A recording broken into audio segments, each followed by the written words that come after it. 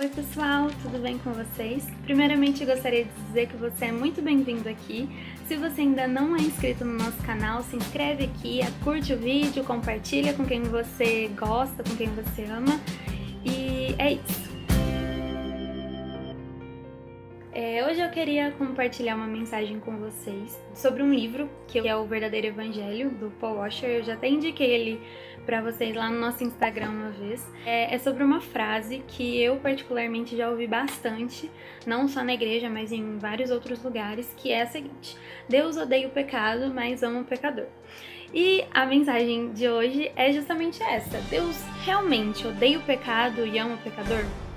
Vamos começar lendo lá em Salmos, capítulo 7, no versículo 11. Ele fala assim: Deus é um justo juiz, ele manifesta o seu furor todos os dias.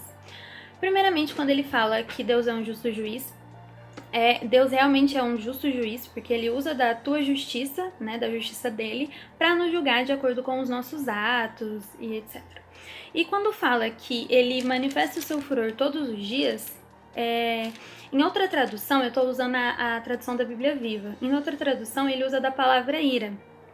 E o significado de ira é um sentimento de ódio, de rancor, que é dirigido a uma ou mais pessoas em razão de alguma ofensa ou de alguma fúria, indignação, coisas desse tipo.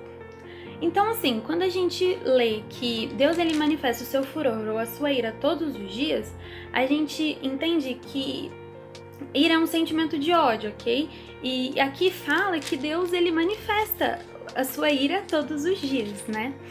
E Deus possui esse sentimento de ira, né? É claro que a gente não pode confundir o sentimento de ira do homem com o sentimento de ira de Deus, porque o sentimento de ira do homem, ele gera uma série de consequências, né? E a ira de Deus, ela tá sobre aqueles que pecam e que não se arrependem.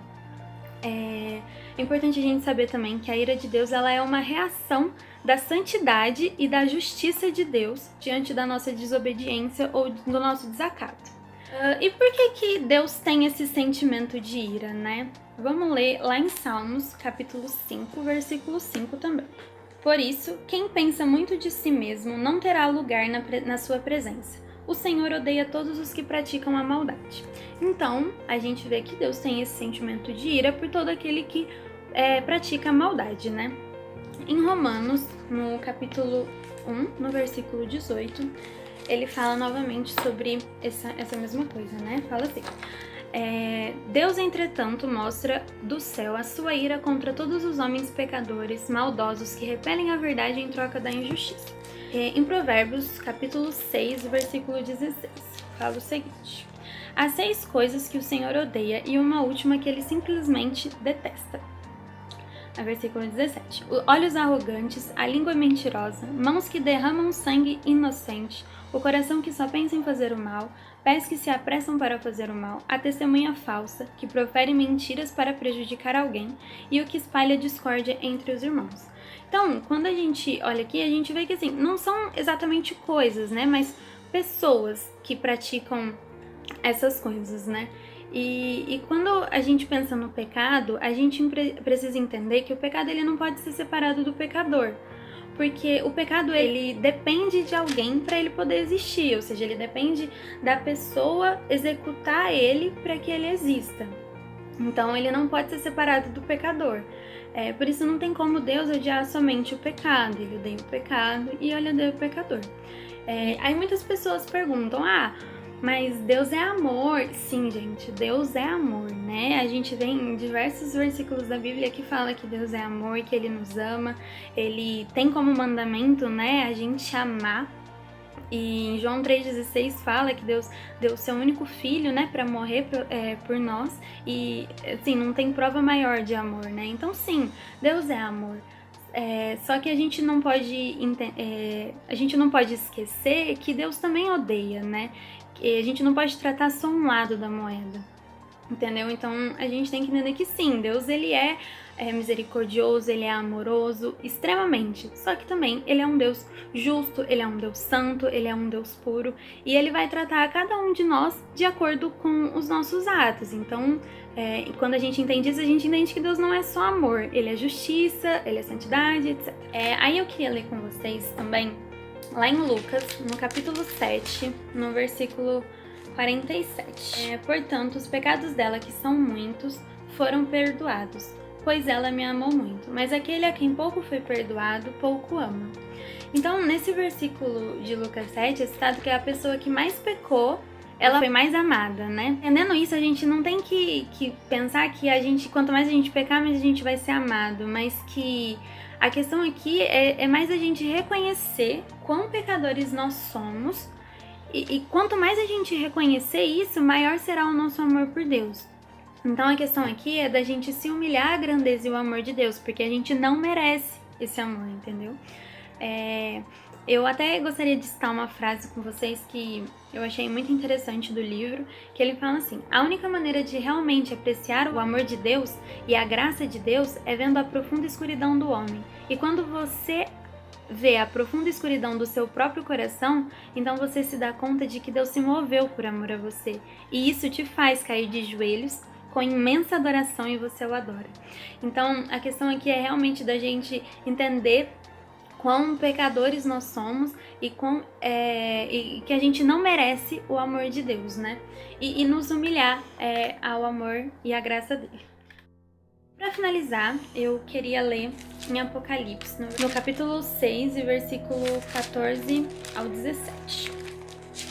E o céu estrelado desapareceu como se tivesse sido enrolado à maneira de um rolo de pergaminho e tirado dali.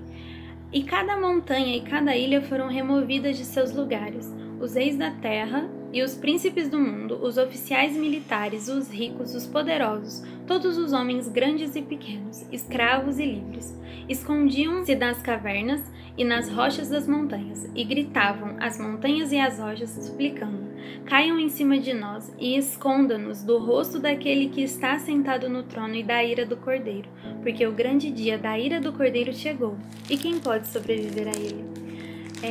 Então, a gente precisa entender que o pecado ele é o que é justamente porque Deus não é apenas amor, mas também santidade e justiça. E para finalizar agora, eu queria deixar um outro trecho, né, do livro. É o seguinte: entenda, Deus ama tudo que é lindo, amável e excelente. Em outras palavras, Deus ama tudo que é semelhante a Ele. E daí é que vem o problema. Nós achamos que temos o direito de amar tudo que a gente escolhe amar, mas nós pensamos que Deus deve amar tudo que nós amamos. Só que Deus, ele ama o que é semelhante a Ele, por causa da sua absoluta perfeição. E Ele vem com ira contra tudo aquilo que contradiz a sua natureza e a sua vontade. E esses somos nós. E cada pessoa que já andou na face da terra tem quebrado cada lei que Deus criou. E se você não entende isso, você não entende o cristianismo. Então, essa é a mensagem que eu queria deixar para vocês hoje. É um assunto bastante complexo de se entender, mas acredito que resumindo, né, Deus ele sim odeia o pecado e o pecador que não se arrepende, né, e que a gente precisa entender quão pecadores nós somos, né, a gente não pode esquecer que a gente é pecador, e quanto mais a gente reconhece isso e se humilha à presença de Deus, maior será o nosso amor por Ele, entendeu? Porque a gente vai reconhecer quão dependente a gente é da graça e do amor de Deus. Então é isso, que vocês tenham uma ótima semana, que vocês sejam muito abençoados com essa palavra, e qualquer dúvida que vocês tiverem, quiserem mandar mensagem pra gente, chama a gente lá nas nossas redes sociais, que vai ser um prazer falar com cada um de vocês. Um beijo, um abraço e uma ótima semana pra vocês.